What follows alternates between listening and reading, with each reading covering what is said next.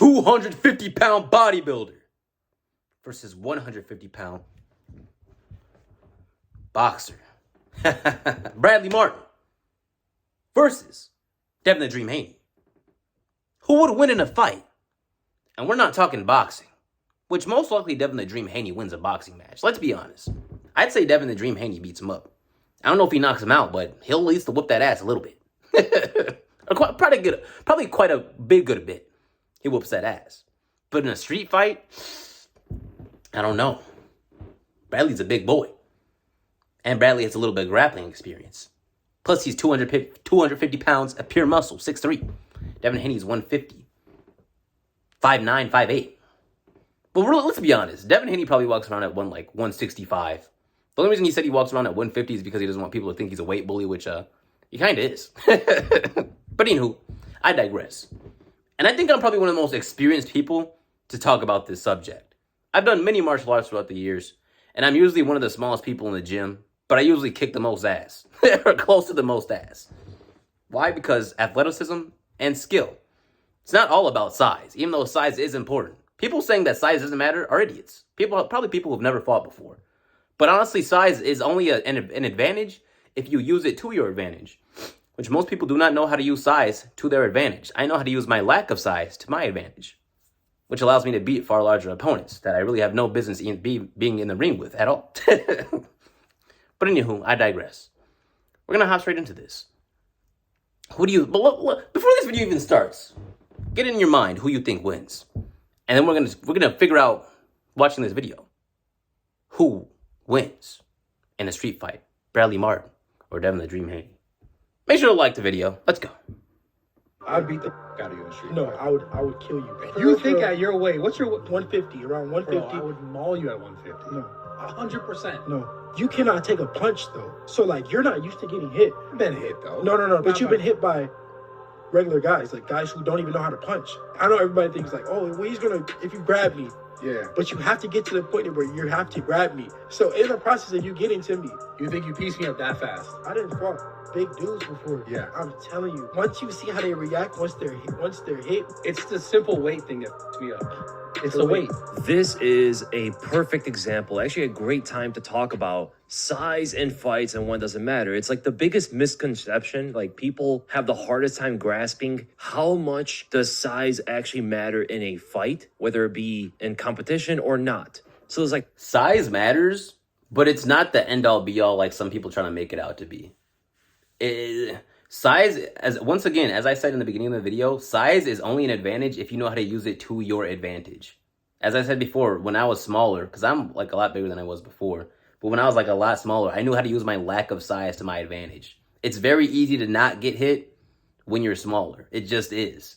It's very hard for if someone's a lot taller than you in a boxing match, for an example, if you really dig down and get low, the only thing they can really hit is like your head, your arms, and like your shoulders. It's impossible for them to hit a body shot without crouching down to hit you. And if they crouch down to hit you, they're off balance, they're off to the side, and you can hit them with like easy shots.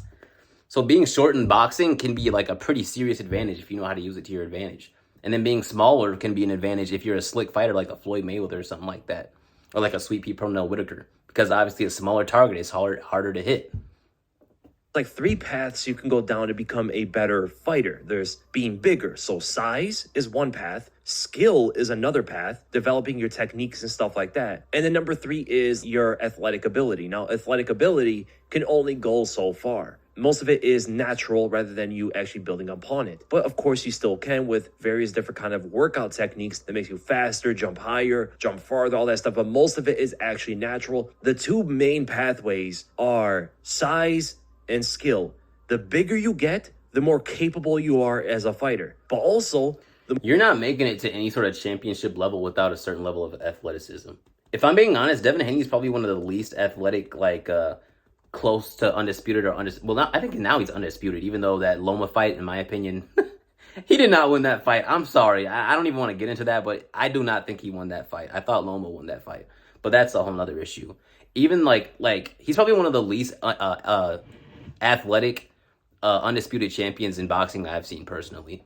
So, you know, there's that. The more skilled you are, the better you become as a fighter as well. So people don't know how to differentiate which one is better. What path do you go down to become a better fighter? The path of size is more of a primitive mindset. This has been something that's been talked about for millenniums. The bigger man is always the more capable man when it comes to a fight. Back in the caveman days, the biggest guy in the tribe was the best fighter. That's how everybody saw it. And throughout the thousands of years, this is how it's always been looked at up until more recently, in the last like 100 to 200 years or so. Fighting skill has progressed to a point where it's become a lot more mainstream. Not only soldiers, back in the day, it was like just like the Greek warriors, etc., that were practicing different kind of martial arts. Now it's more of a widespread mainstream thing where everybody's doing it. The common folk is doing it, just like the soldiers are doing it. And now people are understanding it more than ever before. Skill is a longer path than size because everybody can only get so big, but skill can never end. You can always progress, always get better, always advance. And that's why eventually skill will trump size for the majority of the population. Now, there are a few minor examples, outliers like Hafthor Bjornsson or other guys like that who are just the biggest and strongest men in the world. You're going to need an extraordinary amount of skill in order to defeat those guys, as well as you might also need some size in order to not get injured in those kind of clashes. But even without the size, you can still beat them. Now, with this example, if you don't know who... I will say skill alone is not... It's not as great as people think it is. You need a certain level of athleticism to make your skills potent, if that makes sense. If you know how to throw a perfect jab, like flawless jab, like the most perfect jab we've ever seen ever, but you don't have any power behind it, it's just not going to do that much. Who these two are. There's Bradley Martyn, who's a YouTuber. He lifts a lot of weight. That's the main thing that he does. He owns like gyms and stuff like that. Very big, very strong guy. He weighs like 250 pounds and he's like 6'3", 6'2". Very big guy, right? He lifts a crazy amount of weight. And then there's Devin Haney, who's a longtime professional boxer, one of the best boxers in the world, who's 5'9" and walks around at 150 pounds. Well, they got in a bit of an argument where they both said that they would beat each other in a fight, not in competition, but a real fight.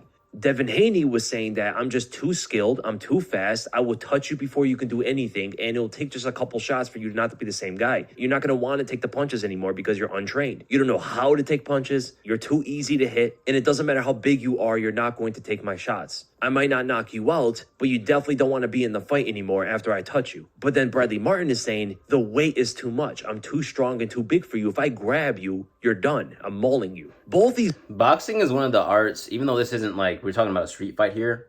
I'm just going to say in the context of boxing, boxing is one of the arts where size can really be nullified because of like speed. Speed is like a huge part of boxing. That's why they always say speed kills. Because usually the best boxers are like pretty fast. Even if you look at Mike Tyson when he was heavyweight, he was faster than all of his opponents before, you know, like the drugs cut up to him and like he lost his trainer and then Customato died and all that type of stuff. He was so fast, it was hard for any heavyweight to hit him. And Mike Tyson was a small heavyweight. 5'10", 220 pounds before he kind of let himself go. He was a very small heavyweight, but he was so quick and able to get into people's range so fast, or like get into his range and past their reach. It was like people couldn't really do much with them. So speed is very important in boxing. These guys are actually correct in what they're saying here. Now, I'm not going to say they're correct in who would win the fight because it's by chances. There's never a definitive who wins. That's never been a thing. It's always by chance. Who has a better chance to win? Is Bradley Martyn winning 7 out of 10 times? 8 out of 10 times, 4 out of 10 times, that's how you have to look at it. What they're both right in is Devin Haney would absolutely land meaningful, big punches on Bradley Martyn's chin before Bradley Martyn gets anything off, before he meets his goal. Bradley Martyn, on the other hand, though, is correct in him saying that if he grabs Devin Haney and gets him on the ground, he's going to maul him. But why? Devin Haney could definitely land some like pretty big shots on Bradley Martyn. But I don't know how many big shots. I'd say he'd at least land like 4 big shots on Bradley Martyn's face before Bradley Martyn's able to grab him. The problem with Devin Haney is he does not have a lot of power. He's known for having soft hands. But still, when you're dealing with a championship level boxer, he can knock out like the average person, even a person like quite a bit bigger than him, very easily.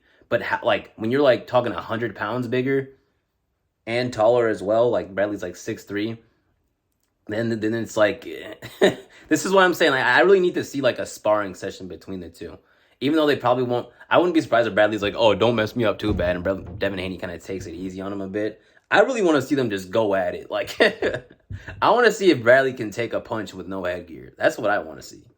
Like, that's the question you have to ask. Why would Devin Haney be able to touch Bradley Martyn and hurt him before Bradley Martyn's able to do anything? And why would Bradley Martyn, if he gets the fight down on the ground, maul him? Well, the reason why Devin Haney would be able to touch him, of course, and hurt him and probably beat him that way is because Bradley Martyn is untrained. It's exactly like Devin Haney would say. He doesn't know how to defend a punch. He doesn't know how to block a punch. He doesn't know how to see a proper punch. He's got into some fights with some randoms on the street that don't know how to throw. And of course, those are much easier to deal with. But when you're facing punches from the rare small percentage of world-class punchers, this is something most people never experience in their lives. Devin Haney has been training his punches to become the fastest they've become with the perfect technique, mastering his craft ever since he was a little child. The speed of the punches and the surprising technique of him able to get from point A to point B with his fist on Bradley Martyn's chin would be completely unseeable for Bradley Martyn. He wouldn't know what to look for. He would have to completely rely on primitive instincts because he doesn't have training. Turning his head away, looking away, pushing off, extending his arms, everything that you don't want to do when you're facing someone throwing punches at your head at maximum velocity with the perfect form. And he has the kind of speed at his smaller size to be able to land multiple punches on Bradley Martyn, even if Martin's coming at him square to the chin and even in the same spot. This is actually something a lot of people don't see, that these professional boxers are able to pinpoint their punches on the same spot every single time, especially against someone who's not trained, because nothing's going to be so surprising or difficult about their defense. The worst kind of shots to take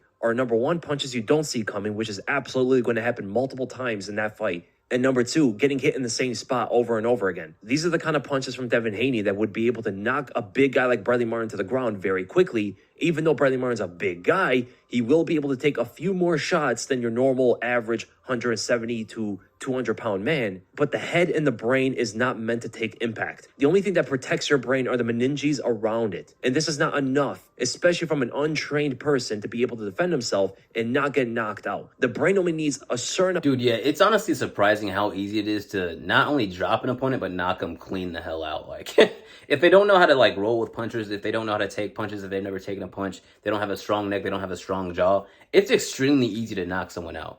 Like, I remember Joe Rogan had a podcast where he was talking about how, like literally, like, and this is, he's talking about taekwondo kicks and stuff like that, but he said, like, literally, like, a 15-year-old girl can knock out, like, a grown man with a taekwondo kick, or, like, or some sort of kick, because it's, like, it's just not that hard to knock somebody out, because the brain is basically just, it's just sitting in your skull, and, like, some protected by some fluid, and when it bounces around inside the skull, it just shuts down.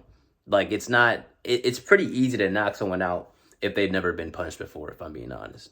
An amount of impact in order for it to shut down. And it does not matter how big you are at all, because the way that your head and your chin and your neck are shaped, the anatomy of this whole upper side of your body, from the head to the neck, is designed not to take a punch. So because your actual anatomy being designed to not take punches to the head. So what boxers have done is use technique in order to patch up this human weakness as much as possible. Simply adding muscles to your traps isn't going to help you take a punch that much. Your chin and jaw act like a lever. If Devin Haney, even 150 pounds, cracks Bradley Martyn to the jaw with a perfect hook, that one punch could absolutely be enough to knock Bradley Martyn clean out. Now, why don't you see... Yeah, the problem is, it's like, it's just Devin Haney. If it would have been like Shakur Stevenson saying this, because Shakur has like a lot of knockouts, I'd been like, yeah, Bradley Martyn would be screwed. But Devin Haney just does not hit that hard, bro.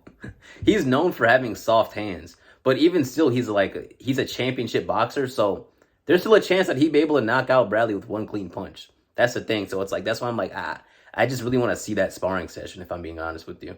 See this in the highest level of competition? Why don't you see it in boxing and MMA? Why don't you see it so often with the best fighters in the world? Well, it's because they are the best fighters in the world. These are not untrained people. Untrained people don't know how to defend a punch. Bradley Martyn would not know how to defend a punch other than his natural instincts that everybody has. Look away and stuff like that, which in fact actually makes you get hurt by punches even more. So the instincts that Bradley Martyn actually will show would get him into even more trouble with trying to stop these punches from hitting him. But actual professional fighters are the cream of the crop when it comes to combat. There is no one on the planet that's even comparable to them. They have trained to defend, roll, evade, and even take the punch as minimal as possible, soften it as much as possible for their entire lives. Most of the punches these guys get hit by are not clean shots, and they have a good eye in order to see the punch coming. They have a different kind of instinct built into them over time where they don't look away from a punch. A lot of times you see these randoms get knocked out by one punch at like a bar or something like that is because they look away from the punch. They don't know how to keep their eyes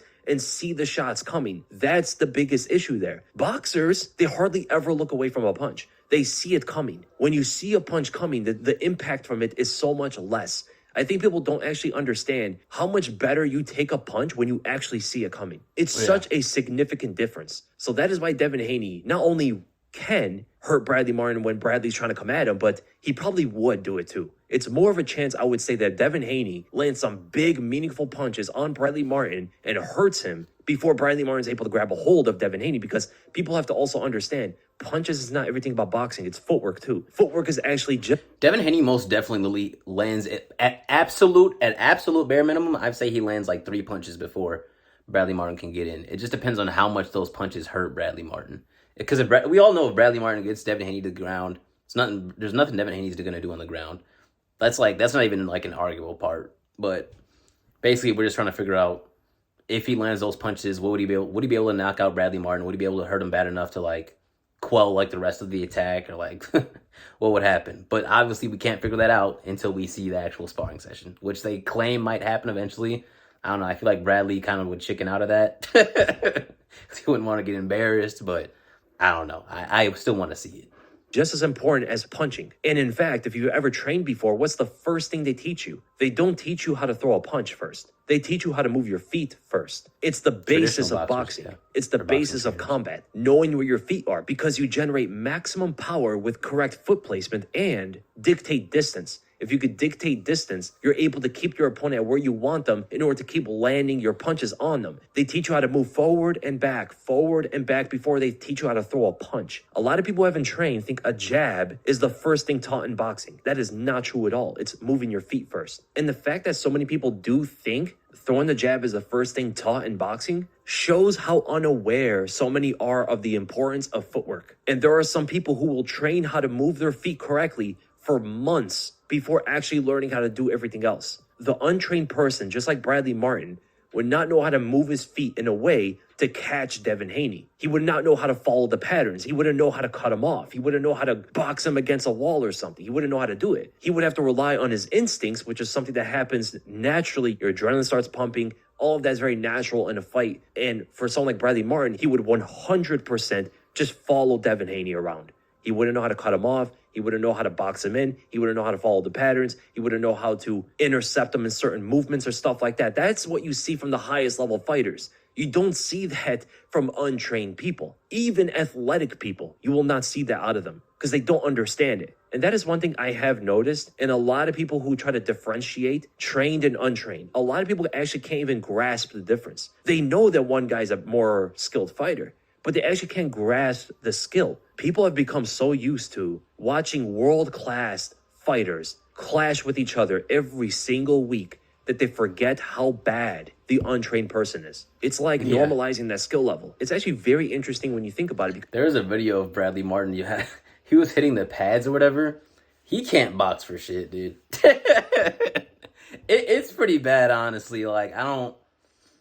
he might get messed up by Devin Haney pretty bad. I don't think he gets knocked out in a sparring session, but I could almost guarantee he'd have a bloody nose after a sparring session with Devin Haney. I could almost guarantee that. And he would be exhausted. Because you would think it would be the other way around. But a lot of people think, oh, size is enough, right? Weight classes for a reason. That's why I hear often, yeah, there's weight classes only because these guys are evenly trained. There's also amateur and pro levels to save the newbie from getting slaughtered out there. Weight classes are created because everybody's trained. That's why it was created. I would say... And weight classes weren't always a thing in, like, boxing and other martial arts. It used to be, like, just one open class for everybody. And you had some smaller dudes beating, like, way larger opponents. But when you're talking about, like, nowadays, when everyone knows, like a super high level of, like, MMA or boxing or Muay Thai and, like, all these super high level martial arts, they have to have more weight classes. So it's more fair and evenly matched. Now, every once in a while, you have like a Roberto Duran who can go up in weight classes, or like a Canelo Alvarez who can go way up in weight classes and like mess up dudes they really have no business being in the ring with. But you know, that's rare. Those are like freak athletes, freaks of nature, super skilled fighters. Say even more important is the fact that they have amateur and pro levels. That's to protect the guy that's new coming in. So a new guy doesn't come in and fight Francis Ngannou, or a new guy comes in and doesn't fight Islam Makhachev or something. I would say that's way more of a vast difference than weight classes. And this whole thing with not grasping skill gaps was clearly evident when a lot of people thought that LeBron James could beat up Colby Covington. It was so coincidental. Then that whole video came out that amateur. LeBron James fans are just like meat riders. They said that, dude, I heard a LeBron James fan say that if he had like a year of training, he could beat prime Mike Tyson. LeBron James, I don't take anything LeBron James fans say about anything seriously. I just ignore LeBron James fans. They hurt my freaking head. They literally, everything, bro. Like Cash Nasty is the best example of what I see of like a LeBron James fan as. Like covers, like a bed cover with a giant LeBron James picture on it, so they're like can pretend they're cuddling with LeBron James pillows, jerseys in their closet that they wear to school every day, LeBron James shoes. Like LeBron James fans honestly hurt my damn head. Like, there's something wrong with their ass, seriously. Amateur fighter who beat up the much bigger football player in the bathroom. Amateur MMA fighter. Amateur. The lowest of the competitive scene. Beat up a guy who's double his size in the bathroom. A football player, an athlete who's been doing it for a long time. He was a professional NFL football player. And not only that, we've seen so many different examples of this kind of thing happening with professional fighters like Roger Huerta knocking out that football player with one punch. And like we've seen this stuff happen so many times. I mean, the dentist destroyed that guy that challenged him in the gym. We've seen this so many times. The skill gap between an untrained person like Bradley Martyn and a professional long-time martial artist like Devin Haney is so vast. It's so hard to even comprehend it. It's like imagining a 2,000-foot building. You can't even imagine. You can't even comprehend how big it is. That's how it is with Devin Haney and Bradley Martyn when it comes to skill difference. But now, Bradley Martyn, if he does get a hold of Devin Haney and takes him to the ground, he absolutely does maul him. That is true. And there's two reasons for that. Number one, Bradley Martyn gets to use what he does best, what he's been trained his body for pretty much his whole life. He gets to use his physical strength on you. When you're at striking distance, you're not able to actually use your strength. It's a lot more about speed, a lot more about power and flexibility. When it comes to grappling, then you're able to actually use your strength, your grip strength, pulling, turning, pushing, all that stuff now becomes part of Bradley Martyn's skill set, something he's been doing his whole life. And more importantly, why he would have more success there is because that's where the skills are even playing field. Neither guy knows how to really grapple like that. So what is the difference maker? Bradley Martyn's strength and size. Devin Haney's not a grappler at all. He may have a good understanding of combat, which is going to put his mindset at a better place than Bradley Martyn's. Even when it comes to grappling, he would have like better instincts with that stuff, but that's not nearly enough to contest with Bradley Martyn's strength and size. So it all comes down to, could Bradley Martyn get in distance before getting knocked out or even hurt, grab Haney and take him to the ground? Or would Haney's skill on the feet be too much and not allow Bradley Martyn to even get in the necessary distance in order to take him to the ground? If I were to predict that, I would say that Devin Haney absolutely has a bigger chance of winning there. I would say he has like a 7 out of 10 chance, maybe 8 out of 10. There is absolutely some chance. In a street fight, I'd give Devin Haney a 65% chance to knock out Bradley Martyn or like mess up his face really bad. He could. I mean, I can almost guarantee he'd mess up his face really bad, but like, I don't know if that like based on the person, that depends on like how tough they are and whether or not that would like quell their attack and make them stop wanting to attack. Because some people will literally like have an eye hanging out and still want to fight you. I don't know. This is what I'm saying. It's like I need to see that sparring session. Need to see if Bradley Martyn can really like take a like serious punishment. You know what I mean? But I would say Devin Haney, I give him like a 65% chance to beat Bradley Martyn, which is, I don't know, maybe like a 60% chance. I think that's fair. Or Bradley Martyn to beat him. And maybe some would say I'm too generous on Bradley Martyn's chances there. But the environment and everything involved is absolutely going to impact on how that fight would go down. Now, if it's like a closer space, there's walls and stuff like that, Devin Haney would have more of a problem. But if it's like open space, no walls, it would become so much easier for Devin Haney to beat him. It is actually, in my opinion, like one of the most interesting discussions to have because it's something people have been arguing for a very long time. Most fighters, there are some that will disagree and say that size will make the difference. I think Michael Bisping was one of them. But most fighters, from Brian Ortega to Conor McGregor to Devin Haney to Floyd Mayweather to pretty much every Brazilian Jiu-Jitsu artist, they all say that the skill is the biggest thing. Skill is what makes the fight. There are some outliers like Hafthor Bjornsson or those strong men. I mean, they're literally the strongest men in the world. The only people that are going to contest with that or beat them are the most skilled fighters in the world. But just a big, strong, athletic guy like Bradley Martyn is different, right? That's not the same kind of thing. Yeah. The problem with Devin Haney is he's not super powerful, bro. Like someone like Canelo in a street fight versus Bradley Martyn. Canelo's like what? I think he's like 166 right now.